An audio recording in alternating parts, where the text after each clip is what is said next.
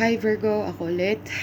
Welcome to my channel. This is UVG. Para po sa mga nag-like, subscribe at nag-comment sa last video ko, maraming salamat po. Para po sa mga Virgo na hindi naka-resonate, better luck next time po. Baka po energy nyo nang masagap ko. Okay, so tingnan po natin kung anong ganap kay Virgo Collective. Para po sa mga hindi maka-resonate, better luck next time mo. Okay, so past, present, and future, maring naganap na, magaganap pa lang, or kasalukuyang nagaganap. So, tingnan natin. Give me 3 cards please for my Virgo Collective.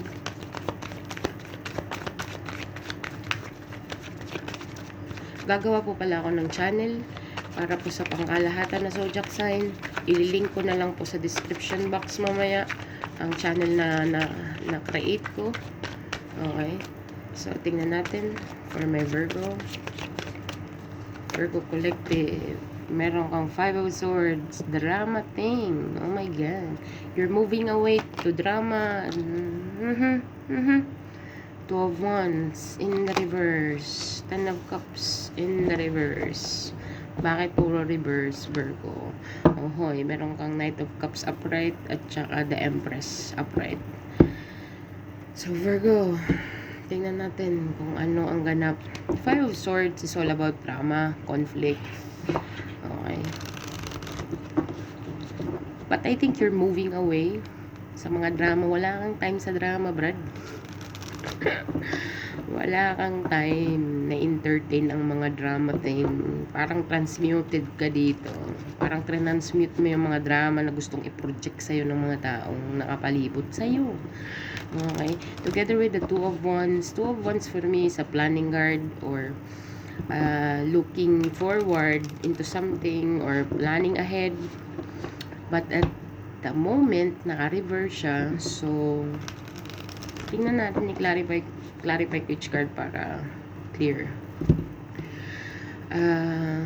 Parang feeling ko stuck ka or someone is stuck into the situation kasi ang 2 of Wands para sa akin is planning ahead You are seeing the light at the end of the tunnel, but at the same time I think it's in the reverse. You are not seeing clearly.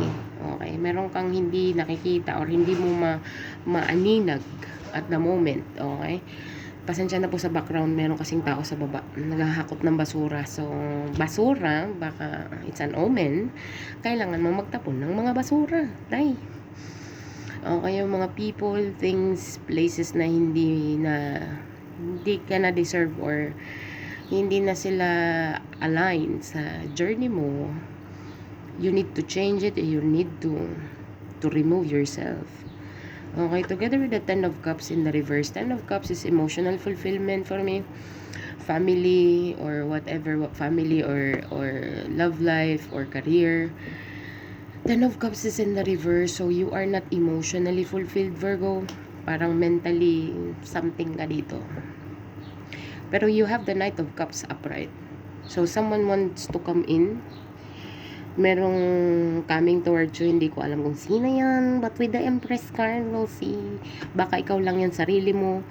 Dinidate mo yung sarili mo. Pinapamper mo yung sarili mo. Kumbaga, with the Empress card, Empress is hindi niya kailangan ng sino man. Loner ang Empress actually. Because Empress, marami na siyang natutunan na lesson. Okay. So, she is content or he is content. By the way, para po sa tarot, energy doesn't have any gender. Okay. So, pag sinabi kong Empress or Knight of Cups, hindi po ako nagpo-point out ng female or male or what or something. Okay. So, let's see. Clarify the 5 of Swords. Clarify the 5 of Swords for my Virgo Collective. The Sun Guard. Ay, talaga naman. Knight of Swords. 7 of Pentacles. 10 of Swords. The Hierophant. And the Magician Guard. Okay. So, Virgo, sa nakikita ko with the bottom of the deck, 8 of Swords. 5 of Swords clarified by the Sun Guard and the Knight of Swords. Merong gustong interrupt ang happiness mo, may gustong gumawa ng patalastas dito. Pero parang ikaw, parang feeling ko, you're done. You're done with the drama. You're done with the nonsense na sinasabi. Mga basurating na sinasabi. Okay, na you already know what's gonna happen next. Knight of Swords, communication coming in to steal your happiness. Yun lang, parang nakawin lang yung happiness mo. Parang feeling ko may isang tao dito na ayaw ka makitang masaya with the Knight of Swords. Kaya papasok siya nang hindi. Ang Knight of Swords para sa akin is wala sa hulog. Okay. Clarify more. Kasi parang nakikita niya na you're at peace. Hindi ka affected sa mga drama thing niya. Hindi effective. So, para bagang nadidisturbo mo ang peace niya. Okay. Kasi nakikita niyang okay ka lang nung wala ka. Ang okay lang pala siya. Okay ka lang nung wala siya. Okay. So, with the Chariot card, you are moving forward. Like, definitely. No doubt. You don't care. You care, but you're not showing it. May pakialam ka, pero hindi mo pinapakita. What I mean is, baka nga, totaling wala ka ng pake. You know. Clarify more. Ace of Pentacles, you are going to get your new beginning here, new opportunity, abundance, manifestation, and opportunity in your career, financial opportunity, prosperity, with the Sun card. Itong tatlong to, very clear. Virgo, sana nakikita nyo.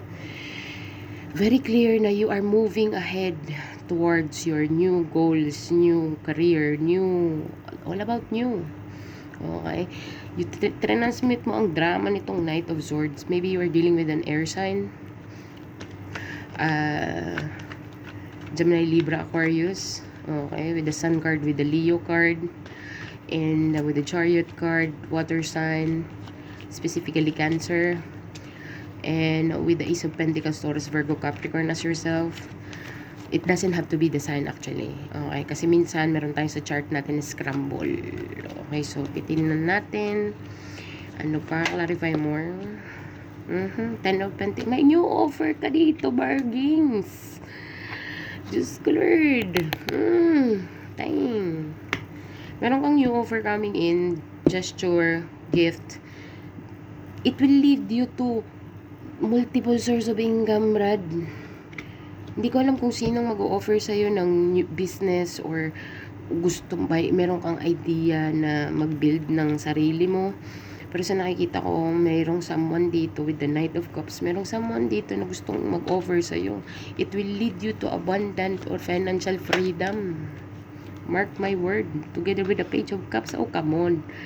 Pages for me is all about you. Okay. Page of Pentacles and the Page of Cups. This is very clear. This person is going to offer you stable. It can grow, pero depende sa'yo yan kung paano mo papalakin. Kasi ang isda dito, Brad, may buhay yan siya. So, it starts with the small things, and then I think meron kang capable kang i-multiply. Okay. Kasi ang field na i-offer sa'yo is expert ka na. You know what I mean? Or maybe with the pages here, I think it's new thing for you, pero willing kang i-explore. Okay, willing kang i-dive deep kung ano man yung offer sa'yo, but I think it's a business thing, Virgo. It will lead you to multiple source of income. Okay, financial freedom. Someone, talagang may mag-o-offer sa'yo dito, it's very clear. Once na transmute mo ang dramang ito, kasi ang dramang ito is projection lang, Virgo, ng insecurities or low self-esteem or victim mindset. Kasi nakikita, tingnan mo naman ang nakikita nila, Brad. Hindi ko alam kung specific person to para sa'yo or group of people or boss or coworker, I don't know. It doesn't have to be coworker. Bahala ka kung saan mo lagay. Maybe it's a lover or ex or what or something. Hiwalay mo lang or whatsoever. But this person sees you. Nakikita ka ng taong ito na heading towards abundance ka, heading towards newness. All about new. Exploring new things, meeting new people. Okay? At saka ang daming makakakita ng potential mo dito, Virgo. Like, in a snip of your finger. You know what I mean? Parang nakikita ko dito, maraming makaka-recognize sa'yo dito at saka maraming mag-o-offer sa'yo dito ng konday. Para kang nakawala sa hawla. Okay, tell me more. Merong offer talaga sa'yo dito, new job, new opportunity, or maybe operan ka kaagad as a manager. Posible, posible nga. Kasi meron kang Empress eh. Underneath ng Knight of Cups, meron kang Empress. Dahil you are a multiplier, you are a creator, productivity. Nandyan na sa'yo lahat. Okay, so kung lalaki ka man na Virgo, you are possessing the energy of femininity or Empress thing. Okay, very delicate, very compassion, basta ang pag-intindi mo ay napakalawak, ang pag-unawa or pag-decipher ng sitwasyon napakahaba, napakalawak, talagang you think outside the box, Virgo. Okay, so kaya namang nagkakandara pang operang ka dito ng kaliwat ka ng offer kasi someone sees your potential here on kung gaano kang hardworking, Virgo. You put your mind and soul and body into it. Okay. Ewan ko lang dito sa mga taong dating career mo kung bakit ka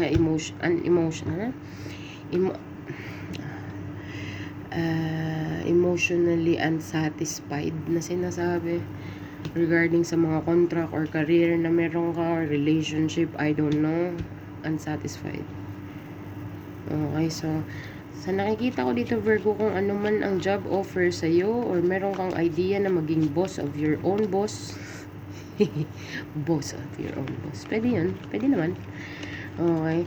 So, nakikitaan ka ng mga taong to once na mag-transmute ka or mag-walk away ka. And though wala dito ang 8 of Cups walking away card, but I can see from this card that you are heading towards, sunshine, sunset. Parang sunshine yun para sa akin. Tsaka tinitingnan mo yung sarili mo dati kapag napapansin mo na pagka nagre-respond ka sa mga drama nila, tuwang-tuwa sila baga. Pero ngayon, you've already decided na wala nang mga ka-distract sa akin, dahil I'm heading towards my happiness. I'm moving forward with the Chariot card, Ace of Pentacles, 10 of Pentacles, and the newness, Brad, here, pages. It's all about work, career. Hindi man mangyayari ngayon, baka piling mo stuck ka, but it will. It's in the horizon already. It's in the air. Okay, so change your mindset, everything is in the mind. Okay, so maganda tong ginagawa mo na tinatransmute mo, ignore, ghost. Hindi ko naman sinabing ghosting talaga totally. For some of you.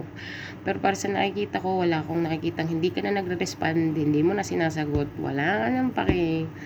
You know what I mean? But this person is obsessed with the Knight of Swords. Talagang rushing in siya para sirain ang iyong peace of mind. Kasi alam niya kung ano potential mo, dahil kaya ganyan na lang siya kabilis. Okay. So, yeah. Let's see with the 2 of Wands, clarified by the 7 of Pentacles and the 10 of Swords.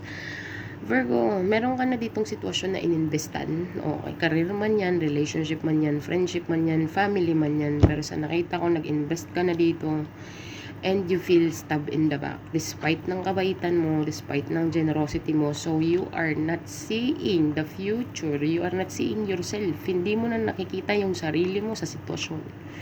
Like, with the 10 of Swords, like, I'm done. I'm fucking done.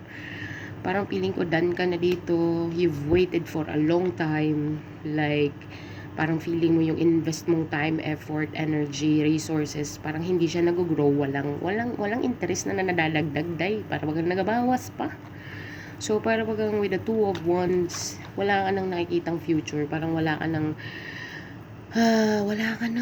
hindi mo na nakikita yung sarili mo sa sitwasyon. Ano man yan, career man yan, relationship man yan, friendship man yan.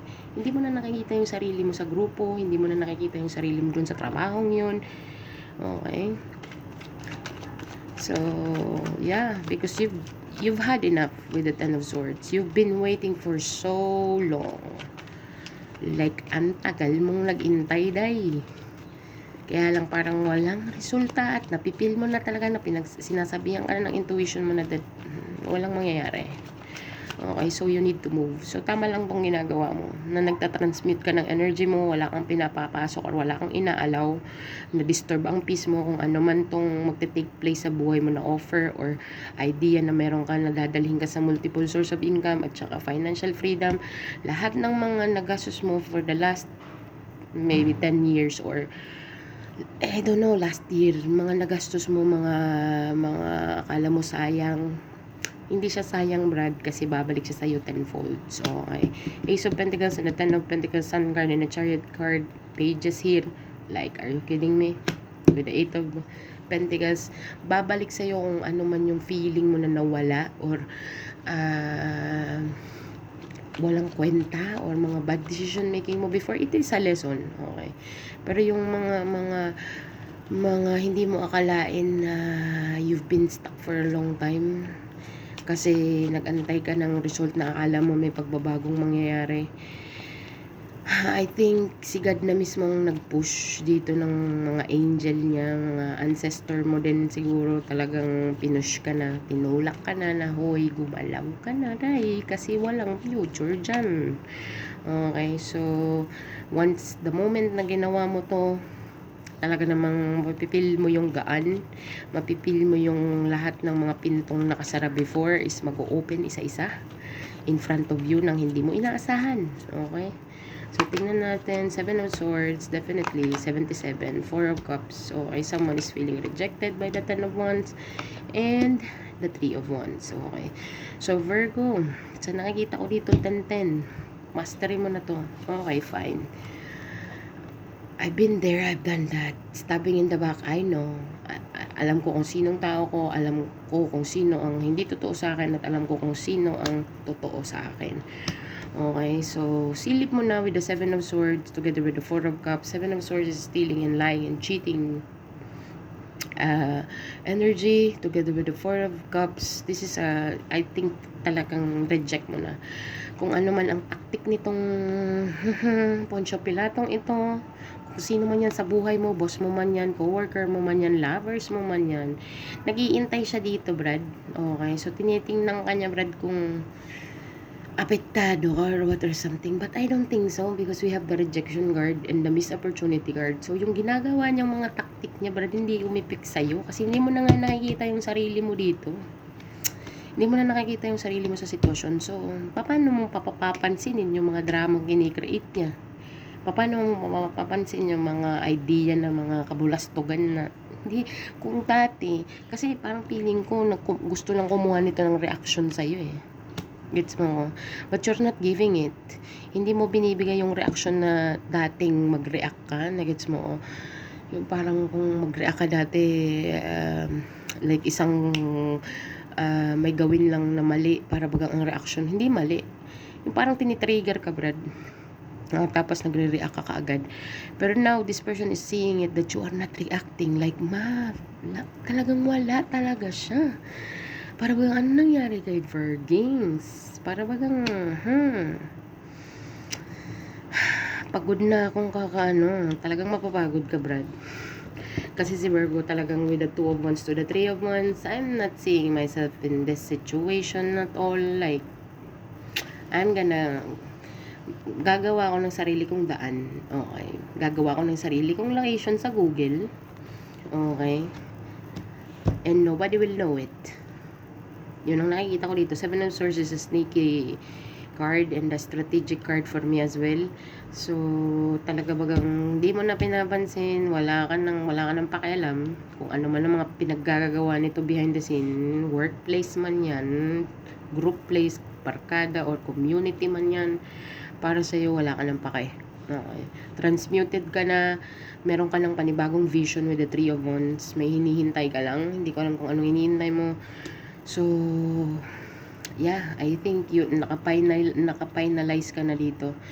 Hindi mo man sinasabi, pero it shows. Parang yung action mo, yun ang sagot. Okay, silence means yes. At saka yung action ko, i-combine mo yun. Bahala ka na mag-isip. Bahala na kayong mag-isip, Brad. Okay. Basta para sa akin, hindi ko na nakikita ang sarili ko. Yun na lang. Okay. Hindi mo na nakikita ang sarili mo, Virgo, for the long term into the situation. You are no longer stuck. Kasi stuck to actually. Kung ito-total ko to. Stuck ka for a long time. But I think now, I don't think so. Either career man yan, or pag-ibig man yan. Okay, wala ka nang pake kung ano man ang dramang i-create nila. You're out. Okay. So, nagpaplano ka dito ngayon kung saan ka lulugar. What I mean, hindi ko alam kung may vision ka na kasi ang daming mag-offer sa'yo dito. So, choose wisely. Okay. So, tingnan natin ang Ten of Cups clarified by the Hierophant and the Magician. Virgo, sa tingin ko dito, kung emotionally unfulfilled ka with the Ten of Cups, meron kang minamanifest dito, new contract, all about newness. Be your own boss or maybe lisensya. Kasi the Hierophant card for me is tradition, religion. Ayan, no, merong meaning sa baba. Okay. Pero para sa akin, as a reader, hindi kami sumusunod. Alam ng reader yan. Kung ano yung sinasabi ng card itself, ang inaano namin is yung combination, okay? Sa lahat po ng reader, ang mga reader po is may mga kanya-kanyang perspective or perception sa card. So, may mga kanya-kanya po kaming depende po sa intuition namin. Okay, so with the Hierophant card for me at saka the Magician, you are manifesting something new overall. Kontrata, work, or be your own boss. Nag-aanap ka ng mga yung legal na sinasabi. Baka gusto mong magtayo ng business, pero gusto mo yung talagang legal, lisensyado. Gets mo ko? With the Magician card here, manifestation card, I think you are manifesting something new. Okay? Na mapufulfill ka kasi kung nasaan ka man ngayon or currently or maybe umalis ka na nga kasi hindi ka na fulfilled. Okay? Hindi ko alam kung umalis ka na, aalis ka pa lang, or talagang sadyang umalis ka na, manifestation mo is already in the air. Okay, Virgo. Nagmamanifest ka ng newness dito. As I said with the page here. Okay. Yung alam mong mapufulfill ka emotionally, physically, mentally. Pinoprotect mo yung peace mo dito. Judgment card. As I said, 5 of Wands. You are removing yourself into these people, places, and things. Okay. King of Cups at the bottom of the deck. Virgo, sa nakikita ko dito sa third row, you are fighting. Okay. You fight. It's been a battle. It's been a competition. It's been a battle for you with the Judgment card. Okay. Included na ang career dito, love, and friendship. I don't know. But you've been battling for a very long time. Okay? For all those people around you. Sa mga taong nakapalibot sa'yo. Para bagang araw-araw kang nakikumpetensya kahit hindi ka naman nakikipagkumpetensya, pero ang tingin sa'yo isang competitor. Ano na tayo? Virgo. Together with the Hermit card in the Four of Wands, I think you are moving silently towards new beginning. This is celebration for Four of Wands, celebration, joy, harmony, home, reunion. I think you are moving somewhere else. Relocating, relocation, okay? Kasi meron kang Chariot card. I think ang new work mo or new business mo is requiring relocation. Okay? Removing yourself into those toxic people, drama queen, drama king, drama. Yun ang nakikita ko, Virgo, dito sa third row. If you are planning to travel, meron kang King of Pentacles. Okay? Kung ano man itong minamanifest mo, Virgo, with the Wheel of Fortune, it's a very, very positive. Okay, remove yourself from all of these people that is no longer serving you. They're just causing you conflict. Binibigyan, hindi naman sila makamove on at the same time. That's the thing. That's the Virgo thing. Okay. So, people take you for granted, and now, ngayon nakikita na nilang mag-walk away ka, hindi ka na nagre-react ng pag-react mo before. Wala ka na nakamute ka, Brad. Or maybe, parang feeling ko malakas dito for some Virgos, talagang action lang ang pinapakita. Okay, pero meron kang Wheel of Fortune. Matagal kang nakipaglaban dito sa mga taong hindi ka nakapaglaban intentionally. What I mean, they see you as a threat or they see you as a competition na hindi mo pala alam na nasa kompetisyon ka na, Brad. Yun lang ang nakikita ka dito, Virgo. So, kung nagbabala kang mag-relocate or something, you are manifesting new things here. New contract, new job, new places, new people, as I said. Okay, these people is feeling rejected by you kasi hindi ka na nagre-react. The reaction is off, wala ka ng reaction. Talaga namang shutdown ka. Okay, a time to give rather than to take. Meditate and contemplate. You and your loved ones are safe. Okay. So kung sino man a time to give rather than to take, kung sino man yan para sa iyo, para bagang naiisip mo na ako naman, it's me time. My God, it's me time. Pwede ba 'yun? Okay, and then you need to meditate, Virgo, and contemplate kasi makakahanap ka ng clarity. Magdasal ka, mag-connect ka sa universe. Okay. The answer you need are coming, definitely. Okay, kung ano man ang mga question mo sa ulo mo, sa question mo sa sarili mo, what I mean, it will come. Okay. So, galing, Virgo. Magaling ang ginagawa mo dito. Nagtatransmit ka na yung tinatransmit mo lahat ng mga taong dramatic masyado. Okay, hindi mo na siya mga papansin, hindi wala ka ng dito. Emotionally unfulfilled ka sa isang sitwasyon, love, career, or family, or friendship, or whatsoever. Hindi mo alam na nasa kompetisyon ka pala. It will change everything. Everything will change with the wheel of fortune. Okay? Hindi ko alam kung may relocation ka dito. Okay. Together with the King of Pentacles, na-notice ko lang, meron kang makikilala dito, Virgo, along your journey. Someone wants to support you here. Give me more. Parang na-interest ako. Two of Swords. Okay. Two of Swords in the Moon card. Be careful, Virgo, sa mga gustong mag-over na suportahan ka or kasi nakikita nilang may pinagdadaanan ka. Be careful kasi meron siyang hidden agenda.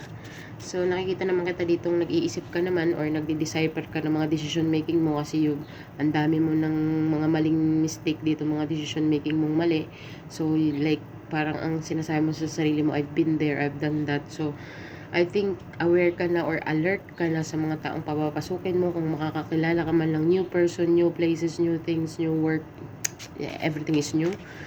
Kung gusto mong makarating sa stage na yan, be careful lang sa mga mamimit mo, okay? Pero itong King of Pentacles naman is stable din naman siya, pero ang intention niya lang ang kailangan mong alamin. Okay, so 8, 3,